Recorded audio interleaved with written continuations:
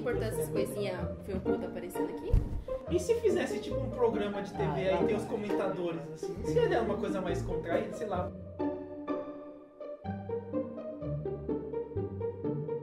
Domo konnichiwa!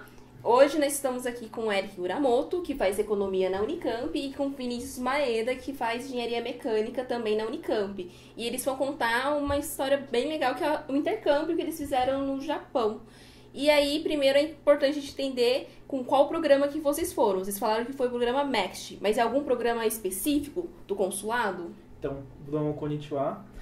A gente foi pelo MEXT, pelo programa de cultura e língua japonesa. E nesse programa a gente foi lá com o intuito de estudar japonês e a gente ficou lá em Tóquio por um ano. Rapidinho, só para você explicar melhor, é um programa específico para estudar a língua japonesa, não foi um intercâmbio do seu curso, nem nada. É um intercâmbio que a gente foi com o intuito de estudar japonês. Eu faço economia, mas a gente foi com o objetivo de estudar japonês e aproveitar um pouco, estudando um pouco da história da cultura japonesa. Você pode ver que esse programa ele aborda diferentes áreas, né? A economia estuda engenharia mecânica, mas é um programa que pessoas de diversas áreas podem participar, né? A única restrição que tem é que, no nosso caso, ele é só para descendentes, né? Esse é um problema que existe, mas que nós conseguimos ser agraciados, né, com essa bolsa. Começou. Mas assim, uma coisa que é interessante é que vocês falaram que é só para alunos de graduação. Isso. Né? E aí vocês chegaram no Japão, só que antes disso vocês ficaram com medo, que vocês ficaram um ano no Japão e vocês iam morar do outro lado do mundo, sem família, sem amigos, com japonês, não sei qual estava o nível de japonês de vocês. Olha, no meu caso, fazia muito tempo que eu queria ir pro Japão, tinha muito essa vontade, muito, né? Tanto que quando a Sensei me informou, né, dessa bolsa, que eu poderia concorrer, na hora eu falei, nossa, não, eu participo, não importa o que eu tenho que fazer, fala que eu faço aqui, porque era o meu sonho, né? Então essa parte do medo, assim, das incertezas, nem me abateu muito, sabe? Era muita expectativa. Nossa, eu tô indo realizar um sonho que era, né? Então, no meu caso, eu nem cheguei a pensar muito, nossa, eu vou ficar sozinho, né? Isso aí a gente pensou depois, só. A ansiedade era muito, né, pra gente. Quando a gente recebeu a notícia que tinha passado, foram 2 meses. Então, nesses 2 meses, a gente ficou na preparação, não sabia, nossa, como que vai ser? Mas a ansiedade foi bem grande. Mas a gente chegou, na verdade, enfim, a gente sofreu um pouquinho no começo, mas com o tempo a gente foi jogando com a cintura lá e foi dando tudo certo. Foi dando tudo certo. Mas como que estava o nível de japonês de vocês? Vocês estavam confiantes? Nós estávamos, eu e o Maeda, a gente compartilha a mesma história. A gente achava que a gente tinha um nível de japonês suficiente para viver, mas quando a gente chegou lá já foi o baque. Não foi bem assim. Quando a gente começou a conversar com os primeiros japoneses, aí que a gente falou, nossa, realmente a gente ainda é um pouco... Não tem essa fluência tanto que a gente achava. A gente vai ter que correr atrás, a gente vai ter que ralar. Então a gente já chegou com um choque, sabendo que a gente ia ter que correr atrás. Realmente. E contando um pouco de quando vocês chegaram, vocês falaram que ganharam os presentes, foi dos professores, como que foi essa recepção no Japão? Sim, a organização deles é incrível, no sentido que nós tínhamos programado o horário que a gente ia chegar, tinham pessoas esperando a gente lá para informar onde a gente tinha que ir, pegar o ônibus, então foi assim uma recepção muito bem organizada. E aí no começo até um negócio engraçado que eu tava fuçando as minhas coisas, eu achei, a gente ganhou um bibelôzinho, um chaveirinho que os caras lá da recepção falaram, guardem isso aqui com vocês pela viagem inteira. Eu tenho ele até hoje. Então sempre quando eu vejo ele na minha mala, eu lembro um pouco da minha chegada no Japão e dessa loucura que era. A gente chegou, já tinha que pegar o ônibus e já ir para a faculdade, porque senão não ia dar tempo de pegar as chaves, enfim. Então foi tudo uma correria, a gente já chegou, já foi direto pro ônibus e não teve nem tempo de olhar o aeroporto em volta, nada, a gente já foi direto. E tudo com uma organização assim, extraordinária. Mas o programa, a Bolsa, cobria as despesas de moradia, onde que vocês estavam morando e onde que vocês fizeram o intercâmbio? Vocês estavam em que cidade, em que universidade? Por sorte, saímos de São Paulo, passamos por Dubai e paramos em Tóquio, enfim, não tivemos que fazer nenhuma escala dentro do Japão, então a gente já chegou em Narita e já fomos encaminhados já para Tóquio, né? Acho que o Maeda pode falar um pouco melhor da bolsa. Quanto, né, ao respeito da bolsa, né, cobrir os custos, a gente recebia uma bolsa mensal e com esse valor, né, que a gente recebia, a gente tinha que pagar tudo, então a moradia, as contas, tudo era... A gente tinha que tirar esse dinheiro, né? Então a gente fazia a nossa própria gerência financeira, né? Então, assim, era um valor que dava pra gente passar um mês tranquilo, né? Às vezes a gente cozinhava mais em casa, né? Não comia tanto fora. Mas assim, era um valor que dava pra sobreviver. Dava pra sobreviver. Bem... Em Tóquio. Vocês moraram juntos no Japão? Nós moramos no mesmo dormitório, não junto, graças a Deus. Eu que digo isso. Mas morávamos no mesmo prédio, só que em andares Era diferentes. diferente, É cada um dormitório individual, isso? É, dormitório E individual. da universidade? Da Da universidade. universidade. Que é pago. Sim, que é pago.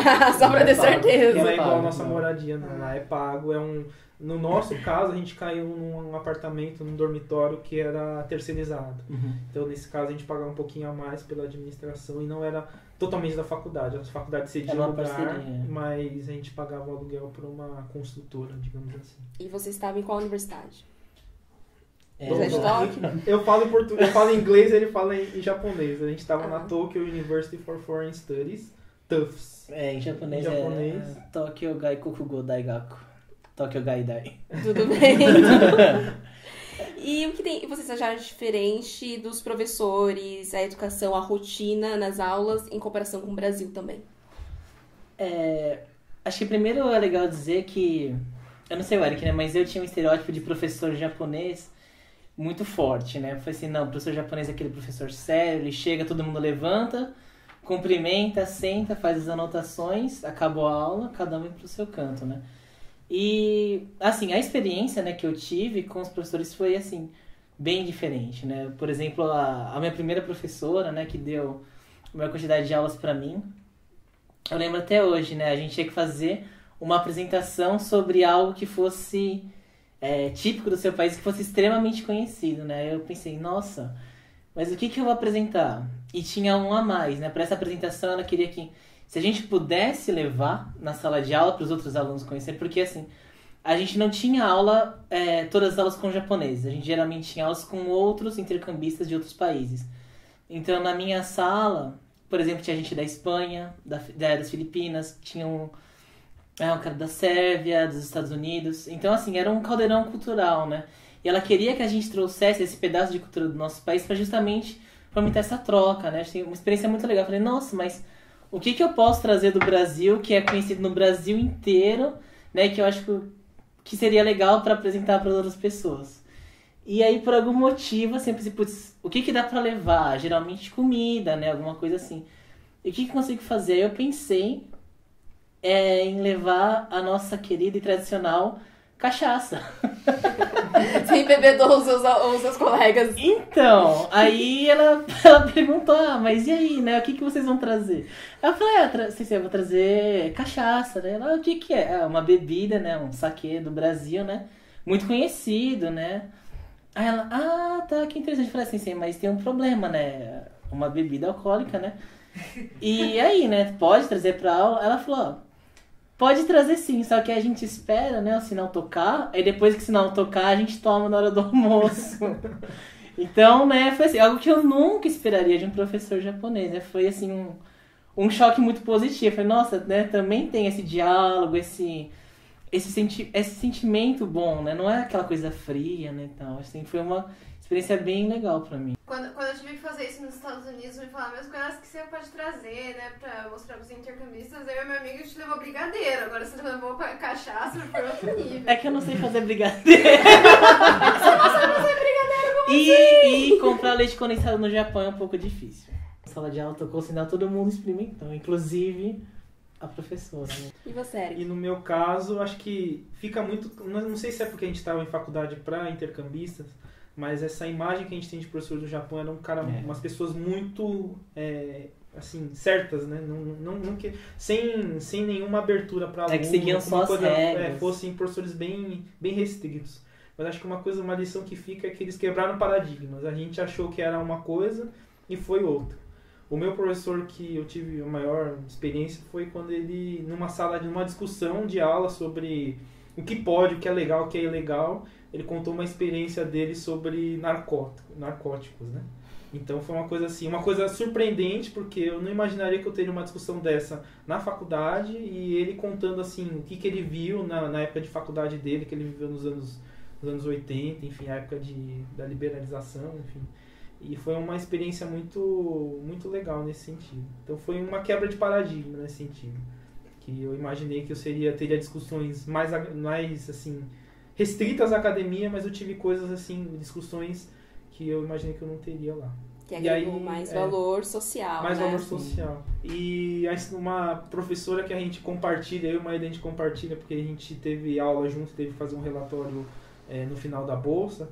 Essa professora foi uma mãe pra gente, e uma das melhores memórias que a gente teve foi quando a gente foi fazer um passeio para conhecer como se fosse o Congresso Nacional do Japão, e que é parecido com um pouco a Avenida Paulista. Muita gente séria andando na rua, não tinha ninguém correndo, nada, assim, todo mundo andando normal. E como tem um horário certinho para chegar lá e a gente pegou um trânsito, essa professora chegou pra gente e falou: Érica, avisa seus colegas que a gente vai correr. E do nada, imagina na Avenida Paulista, a gente saiu correndo para chegar lá no Congresso. Então foi assim, um bando de louco, uma caravana de 30 pessoas correndo para chegar lá no Congresso, com um bando de louco. Então essa experiência assim, foi muito... É uma memória que eu tenho dela assim, que é marcante. Além dela ser uma grande mãe, ela quebrou um paradigma no sentido que pessoas normais, japoneses normais andando, deram um tiro para chegar lá no Congresso. E a organização das aulas? O que você sentiu de diferente em relação ao Brasil e do esquema de aulas que vocês tiveram no Japão? Eu tive a impressão que o nosso modelo é um pouco diferente, porque na aula a gente tem um conceito de aula um pouco diferente dos asiáticos, né? Porque a gente tem um conceito que a gente vai na aula para aprender. E no Japão eu senti que lá a gente não vai na aula para aprender, a gente vai lá para se polir. Porque qual que é a obrigação do estudante pro japonês e pelo que a gente entendeu, né? O aluno tem a obrigação de fazer estudo da aula antes. O professor tem um esquema, um roteiro, e a partir desse roteiro a gente tem que seguir ele e falar, não, a gente tem que, sei lá, hoje a gente tem aula de gramática, então a gente vai estudar os verbetes A, B e C. Se você tiver dúvida no verbete B, você vai lá no professor e pergunta no meio da aula. Então essa é a ordem. A ordem é você tirar a dúvida do que você tem, você polir o seu conhecimento, ao invés de você querer absorver tudo em 50 minutos. É um conceito um pouco diferente do nosso, que a gente vai para a aula, mesmo na faculdade, para aprender tudo, né? Então é bem diferente nesse sentido. Tem uma organização, tem todo um esquema para se seguir. É 1h30 de aula, não tem mais nem menos. Então, nesse sentido, é uma organização bem distinta. E pelo programa que vocês foram, a faculdade levava vocês para conhecer, fazer algum tipo de viagem, alguma coisa diferente fora da sala de aula? Sim, nós tivemos diversos passeios, né? Acho que foram 4 passeios que a gente teve no total, mas acho que foram os que foram mais marcantes pra gente, né? Foi essa visita ao Palácio da Dieta, né? Que é a Câmara do Senado deles, né? E o outro foi quando nós tivemos a oportunidade de confeccionar. Como é que se explica aqui? Em japonês seria furin, né? É tipo um sininho que se coloca na janela de bate-vento, que bate o vento e faz um barulhinho, né? É um sininho, que é uma coisa muito tradicional deles e que tem confecções de pessoas já há 200 anos confeccionam isso. É uma coisa bem manual, assim. Rapidinho, qual é o nome do palácio? Oi? Dieta. É o Palácio da Dieta. Por que dieta? Tem um motivo de dieta? Acho que eles estavam fazendo uma dieta lá. Não sabemos por que chama dieta. Ah, não, tudo bem. Eu só achei estranho o nome. E mais que vocês fizeram no Japão? Vocês não ficaram só estudando? Vocês foram conhecer o Japão também e fazer outras coisas? Vocês viajaram? Pra onde vocês foram? Pela ordem cronológica, acho que o Maeda pode falar um pouco da experiência dele na neve, né? Acho que é mais interessante. Porque assim, a gente tem uma imagem, né, de que neva muito no Japão inteiro durante o inverno, só que isso não é bem verdade, né? Em Tóquio mesmo, que é onde a gente estava, nevou uma vez. Uma vez só, que deu pra juntar a neve, fazer boneco de neve, foi só uma vez, né? E como assim, eu queria muito ver neve, não só eu, com os colegas brasileiros também, aí a gente viajou pra Hokkaido, né, que é mais norte do Japão, né? Então a gente falou, não, vamos pra Hokkaido, vamos. A gente foi, acho que uns 2, 3 meses antes, a gente deixou tudo comprado, né, que fica mais barato. E a gente viajou pra lá. E assim, pra gente, não sei, né, se todo brasileiro tem um sonho de ver neve, mas eu, tipo, desde criança queria muito ver neve. E quando você chega lá, é aquela imagem, sabe? Você vê assim, tudo branco, neve em cima de carro, neve na rua. Assim, é lindo. Eu achei incrível, né? E outra coisa que foi muito legal é ver como, dependendo do lugar que você tá no Japão, fica muito diferente, né? Desde o jeito que as pessoas se comportam, o jeito que as pessoas falam, as comidas que são tradicionais de cada região. E assim, isso foi legal que deu pra explorar um Japão novo, sabe? Tipo, desde a culinária de Hokkaido, que é muito rica, mais rica ainda em frutos do mar do que a normal. Assim, foi sensacional, né? Mas acho que a experiência que mais marcou foi quando a gente visitou uma cidade turística de Hokkaido, que chama Otaru, né? É uma cidade portuária, mas nessa a gente tinha planejado ir, né? Uma amiga peruana que tinha viajado com a gente, ela conhecia lá e falou, nossa, não, é muito bonito, vamos à noite, né? Porque como você tem uma região de porto, você tem uns canais dentro da cidade, tem umas pontes, fica assim um cenário muito bonito. Aí a gente foi, né, pra lá, a gente chegou, tava nevando, né, como era de se esperar. Só que todas as lojas estavam fechadas. Aí você não via muitas pessoas na rua. E a gente ficou meio na dúvida, né? Poxa vida, mas tá certo que é bonito, mas não tem nada aqui, né? Não tem gente. Qual que é a graça, né? E aí do nada começou a nevar. E a neve foi ficando mais forte. E começou a ventar muito forte. E começou a cair uma nevasca em cima da gente. Tipo, a gente tava andando na rua, não tinha nenhum lugar aberto e tava caindo uma nevasca.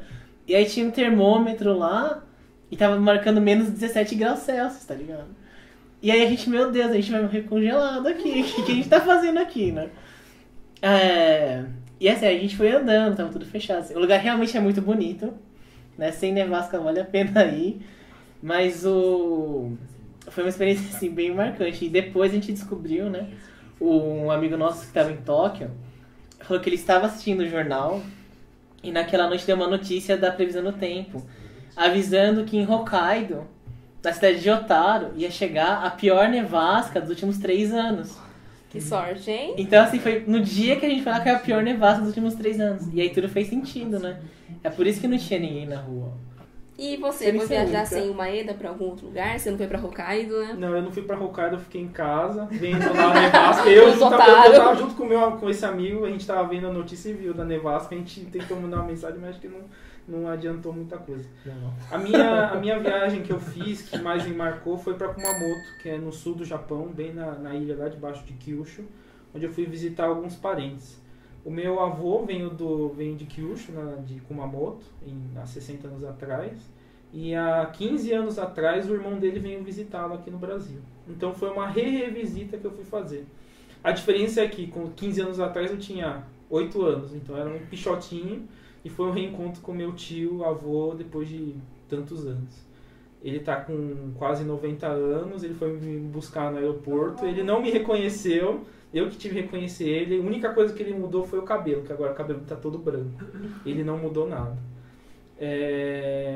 O legal é que eu fui conhecer onde meus avós nasceram, eu conheci a vila onde eles plantavam arroz, foi uma experiência muito legal.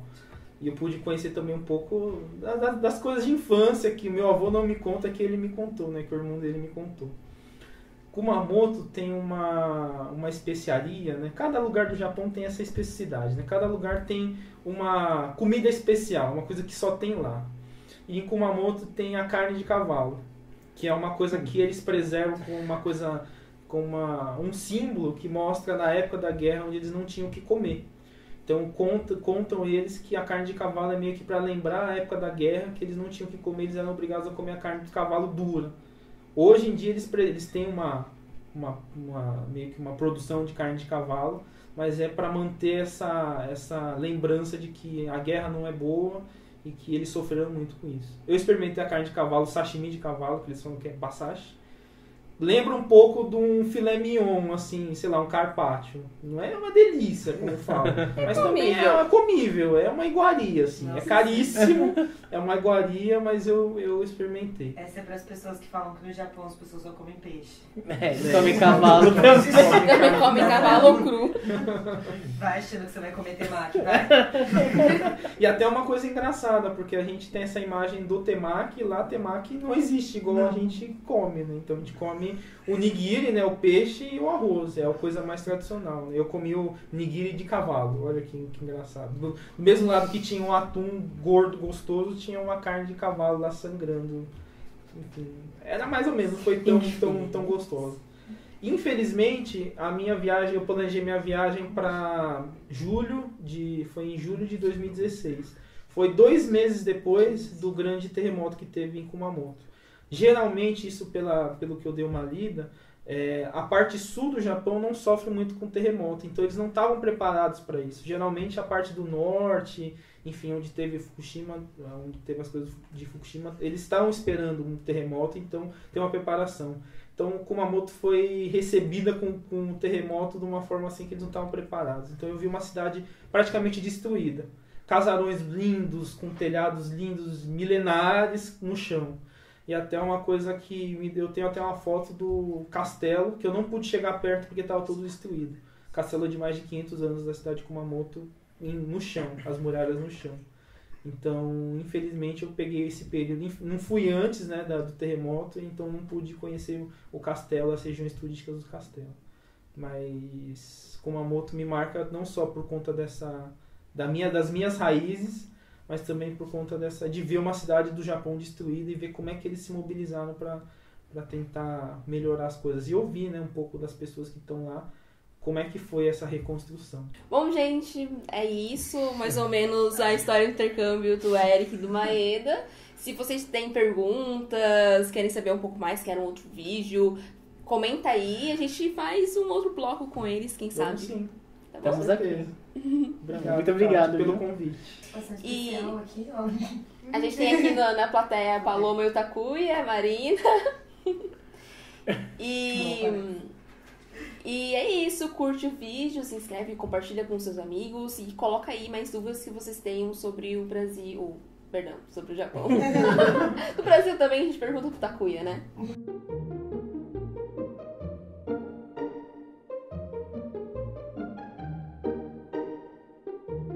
Não, a gente vai conhecer a professora, a gente vai conhecer ela no meio acadêmico, professora e tal, e me aparece um pirraio de 8 anos. Eric, vamos brincar, vamos...